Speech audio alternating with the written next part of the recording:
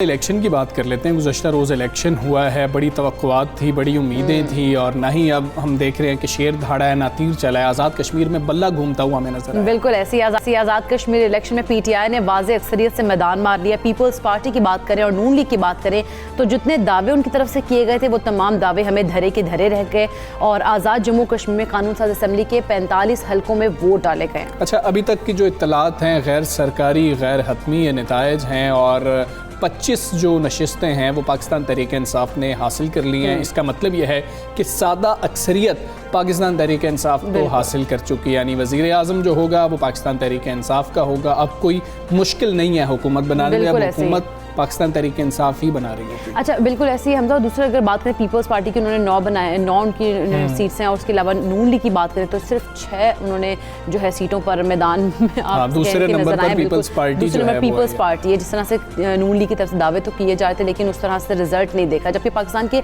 चारों सूबों की अगर बात करें तो वहाँ पर कश्मीरी जो मुहाजिरीन है उनकी 12 नशिस्तों पर भी वोट डाले गए हैं। हाँ जी, बिल्कुल डाले गए और वहाँ पर भी अभी तक के जो नताइज सामने आए हैं उसके मुताबिक पाकिस्तान तहरीक इंसाफ ही कामयाब होती हुई नज़र आ रही है। 9 नशिस्तें अभी तक के जो नताइज हैं उनके मुताबिक वो पाकिस्तान तहरीक इंसाफ के हिस्से में आई हैं, एक नून लीग के हिस्से में है और एक जो है वो पाकिस्तान पीपल्स पार्टी के हिस्से में। अभी तक 11 के हवाले से ये कोई गैर हतमी गैर सरकारी नतीजा हमारे सामने आया है। अब दावे तो सबकी जानिब से किए जा रहे थे। कानून साज असम्बली की अगली 8 मखसूस नशिस्तों का जो इंतखाब है वो भी नताइज आने के बाद हो जाएगा कि जी कि उन किसके हिस्से में कितनी जा रही हैं। और इलेक्शन कमीशन के मुताबिक 32 लाख तकरीबन 20,000 से ज़ायद वोटर्स रजिस्टर्ड थे और पोलिंग गुज़श्ता रोज़ हम जानते हैं सुबह 8 बजे से शाम 5 बजे तक बगैर किसी वक्फे के जारी रही। और चीफ इलेक्शन कमिश्नर ने भी यही कहा था कि ये बहरहाल अगर देखा जाए तो पुरअमन इंतखाबात। बिल्कुल, इसी हवाले से हम बात भी कर लेते हैं। हमारे साथ मौजूद हैं सीनियर सियासी तदार हारून रशीद साहब। अस्सलाम वालेकुम, गुड मॉर्निंग हारून साहब। क्या ऐसे ही नताइज की तवक्को की जा रही थी और क्या आप समझते हैं कि आज़ाद कश्मीर में नून लीग के हारने की बड़ी वजह क्या बनी है? मैं तो कह रहा था कि जीत जाएंगे वो, और उसके देखिए उसके अवामल थे।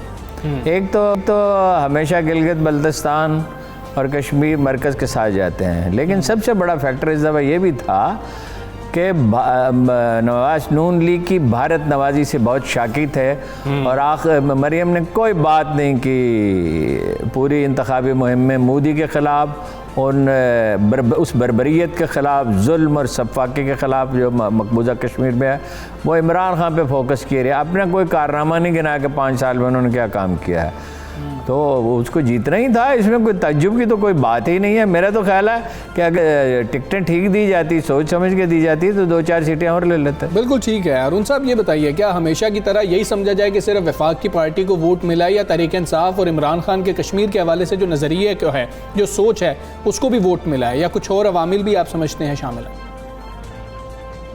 देखिए, बहुत से अवामल हैं। एक तो उसकी परफॉर्मेंस अच्छी नहीं रही नून लीग की। वजीर आज़म का इमेज बहुत अच्छा था, फारूक हैदर साहब का वक्त के साथ ख़राब होता गया।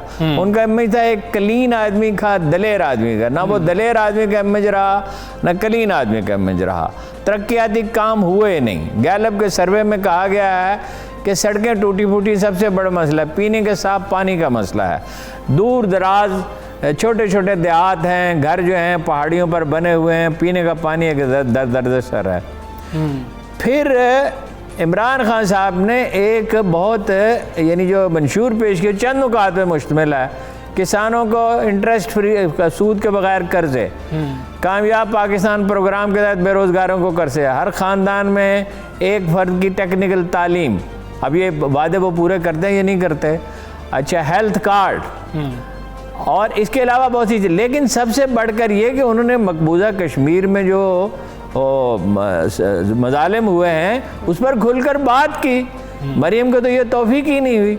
फिर ये भी जो वजह से मैंने पहले कहा कि मरकज़ की तरफ जाता है, यानी कश्मीरी अवाम जो हैं वो इस्लामाबाद से हम आहंग रहना चाहते हैं। इससे पहले भी जो हुकूमतें थी पीपल्स पार्टी की थी या नून लीग की थी उससे हमंग थी। रही सही कसर जो है वो नवाज शरीफ साहब ने पूरी कर दी अल्हम्दुलिल्लाह महब से मिलकर, और बाकी जो उसमें कारनामा अंजाम दे दिया वो इस्माइल गुजर साहब ने गुजरांवाला में, और वो जीत रहे थे जिस वक्त उन्होंने कहा कि इंडिया पाकिस्तान से बेहतर है। यानी 1 लाख से ज़्यादा कश्मीरियों का कातिल, जिसने मार्केटें जला दी, खेत जला दिए, बच्चे अगवा कर लिए, टार्चर सेलों में लोगों को रखा, पूरी लीडरशिप को गिरफ्तार कर लिया, जिसने यानी उसको वफाकी इलाका बना दिया, कश्मीरियों के तमाम हुकूक सलब करके उसे जेल खाना बना दिया, उसे वो कह रहे हैं वो पाकिस्तान से बेहतर है। तो ये उसकी भारत नवाजी भी उन्हें लेट हुई, उसका सफाया ही हो गया।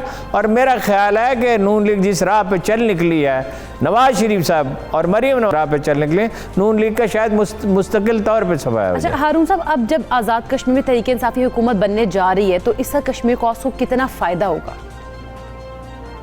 देखिए, फ़ायदा तो जब वो करेंगे कुछ काम तो पता चलेगा। सफारती मुहिम तो अच्छी नहीं चलाई ना, तो मैं ये तवक्को करता हूँ कि वो बड़ी भरपूर सफारती मुहिम चलाएंगे, अब तक नहीं चलाई। और ना जिस तरह के उम्मीदवार, देखिए तहरीक इंसाफ भी नमक की कान में नमक बन चुकी है, मौक़िफ़ ठीक है, लेकिन उम्मीदवार करोड़पति और अरबपति उम्मीदवारों को वो टिकट दिए, और स्टेटस को के ये लोग हैं, ये ना वहाँ पुलिस को बेहतर बनाएंगे, या ना अदालती निज़ाम को बेहतर बनाएंगे, ना कोई तरक्याती काम की कोई ज़्यादा उम्मीद है। बहरहाल इस पर हतमी राय में था, जब हुकूमत कुछ अर्सा रहेगी तो फिर राय। ठीक है हारून साहब, आज़ाद कश्मीर की सूरत हाल की बात करते हैं। कोई बहुत ही डेवलप्ड एरिया ये नहीं रहा है, वहाँ पर पानी और सड़कों के मसाइल हैं। इन मसाइल को हल करना अब कितना ज़रूरी होगा इस गवर्नमेंट के लिए, और इनको हल किया कैसे जा सकता है? नहीं, ज़ाहिर है ज़रूरी है, सड़कें बननी चाहिए। कश्मीर के अपने वसाइल नहीं है ना जी। वसाइल का ताल्लुक सिर्फ इससे नहीं होता कि किसी इलाके में ज़रख़ेज़ ज़मीन कितनी है, मादनियात कितनी है। वसाइल का ताल्लुक होता है टेक्नोलॉजी के साथ। अगर आप कश्मीर में टेक्निकल तालीम दें, देखिए 70-80% एजुकेशन की शरह है, अगर आप उनको मिसाल के तौर पर IT का एक मॉडल बना दें, ठीक है, आज़ाद कश्मीर को, और बतदरीज हज़ारों और बतदरीज लाखों वहाँ एक्सपर्ट पैदा कर दें, तो बिलियंस ऑफ डॉलर बर्न कर सकते हैं। अच्छा, फिर ये कि उनकी पहाड़ियों पर चाय पैदा हो सकती है, अंगूर पैदा हो सकते हैं, गल्ला पानी तो वहाँ होती है, लेकिन ज़राअत की तरफ कश्मीरी मुतवज्जो नहीं, उसके लिए माशी तरक्की का एक ख़ास मॉडल बनाना पड़ेगा। ठीक है हारून साहब, बहुत शुक्रिया आपका। सबसे पाकिस्तान से आप बात कर रहे थे, और बात अब करेंगे वहाँ पर इमरान वसीम इस वक्त मुजफ्फराबाद में मौजूद हैं, सूरत हाल जानते हैं कि ताज़ा तरीन वहाँ पर क्या। इमरान, हमें आगाह कीजिएगा कि जो जीत रहे हैं वो कैसे जश्न मना रहे हैं, और हारने वाले हार जो है वो तस्लीम कर रहे हैं, या फिर धांधली का मामला चल रहा है वहाँ पर? अच्छा, बिल्कुल, अगर मुज़फ्फराबाद की बात की जाए तो कल जब नताइज सामने आना शुरू हुए थे, क्योंकि मुज़फ्फराबाद की जो सीट है, जो शहर का जो हल्का है, वहाँ से पाकिस्तान तहरीक इंसाफ जीती है। तो पाकिस्तान तहरीक इंसाफ के जो कारकुनान थे, उन्होंने यहाँ पे जश्न भी मनाया, उन्होंने अपनी छोटी मोटी रैलियाँ भी यहाँ पे निकाली।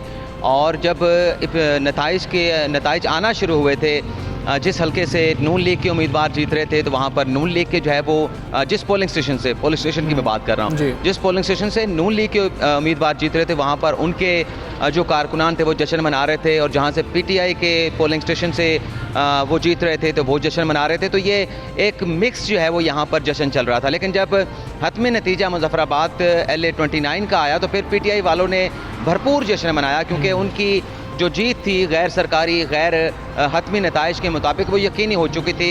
एक नतीजा सामने आ चुका था, जिसके बाद PTI वालों ने यहाँ पे जश्न भी मनाया। उन्होंने अपनी छोटी मोटी गाड़ियों के ऊपर, मोटरसाइकिल के ऊपर यहाँ पे रैलियाँ भी निकाली हैं। ठीक, बहुत शुक्रिया इमरान वसीम, आप हम कर रहे थे जो कि मौजूदा सूरत हाल है। उन्होंने कहा है कि मिले जुलाई लोगों की तरफ से जश्न जो मनाया जा रहा था, लेकिन ख़त्मी नताइज आने के बाद सिचुएशन थोड़ी और चेंज हो गई थी।